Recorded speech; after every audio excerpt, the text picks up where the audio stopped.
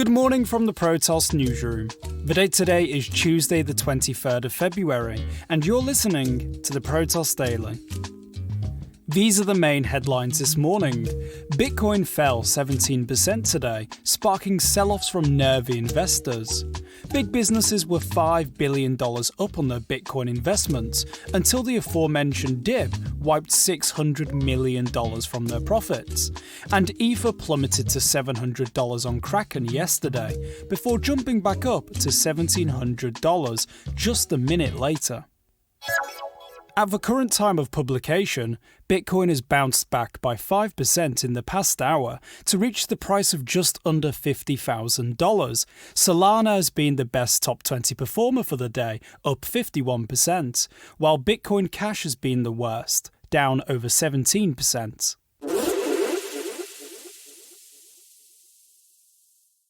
Big businesses who bet on Bitcoin have been reaping the rewards, with publicly traded stocks like Tesla and Square, as of yesterday, up over $5 billion on their investment. According to Bitcoin treasuries, public companies have spent $3 billion to acquire more than 150,000 BTC, worth $8 billion as of Monday. One of the biggest buyers, Michael Saylor's MicroStrategy, spent $1.15 billion on 71,079 Bitcoin, which was worth $3.9 billion, and Elon Musk's Tesla was up 70% on its own $1.5 billion investment. Jack Dorsey's Square also spent $50 million, seeing a 400% return on investment in just 5 months.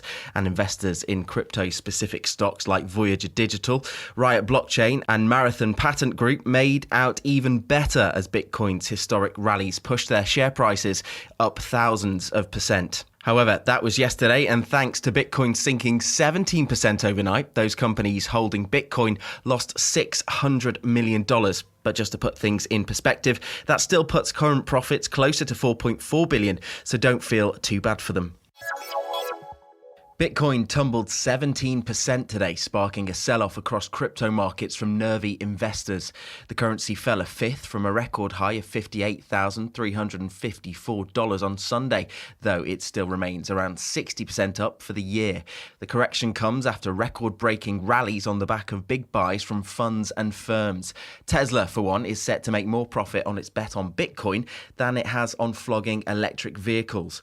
But despite big names joining the crypto market in big ways, Microsoft co-founder Bill Gates remains unconvinced, telling Bloomberg Tech he's not bullish on Bitcoin. My general thought would be that, if you have less money than Elon, you should probably watch out. But he's not totally against digital dollars. He just favors a more regulated approach. The Gates Foundation does a lot in terms of digital currency, but those are things where you can see who's making the transaction.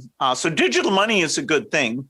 And, there's a different approach that's local currency and attributed and, deals with all the money laundering and terrorism type regulations, and yet gives you the very the convenience and the low cost of transaction. Adding to Bill's skepticism, critics say the cryptocurrency's high volatility is why it has so far failed to gain widespread traction as a means of payment. But a bullish market breeds more investor interest, and more crypto headlines will no doubt see more people diversifying their savings into decentralized finance.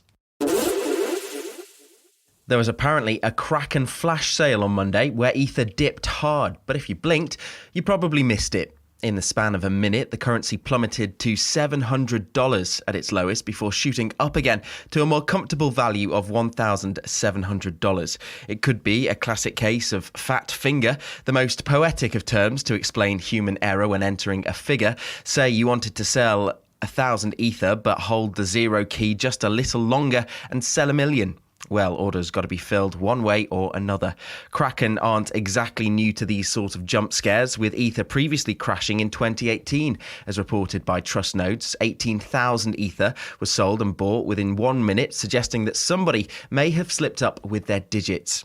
These scares have caused traders to feel a little pissed off considering the sheer terror they experience and losses that follow, only for the prices to return to normal minutes later. So, compensation for these events has been given before, naturally, with Coinbase offering reimbursement for an Ether crash back in 2017. However, for those lucky enough to buy it when it was at its lowest, Coinbase said it will honour the trade and let it slide. It's still unknown if Kraken will offer any sort of compensation for the flash crash.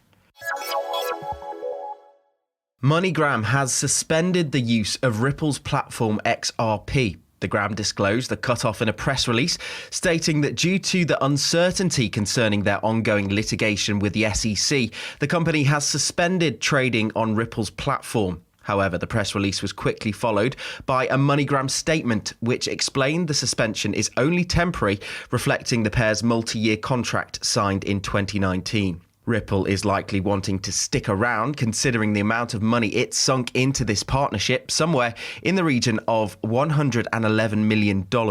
And it's been cut off from many other crypto exchanges as a result of the SEC fallout, including Coinbase, Crypto.com, Binance and Bittrex. But with the lawsuit still ongoing, things may change in the future. Thank you all for listening. To stay up to date with the latest from the world of crypto, make sure you subscribe to the Protos Daily on Spotify, Apple Podcasts, and all other major podcast providers.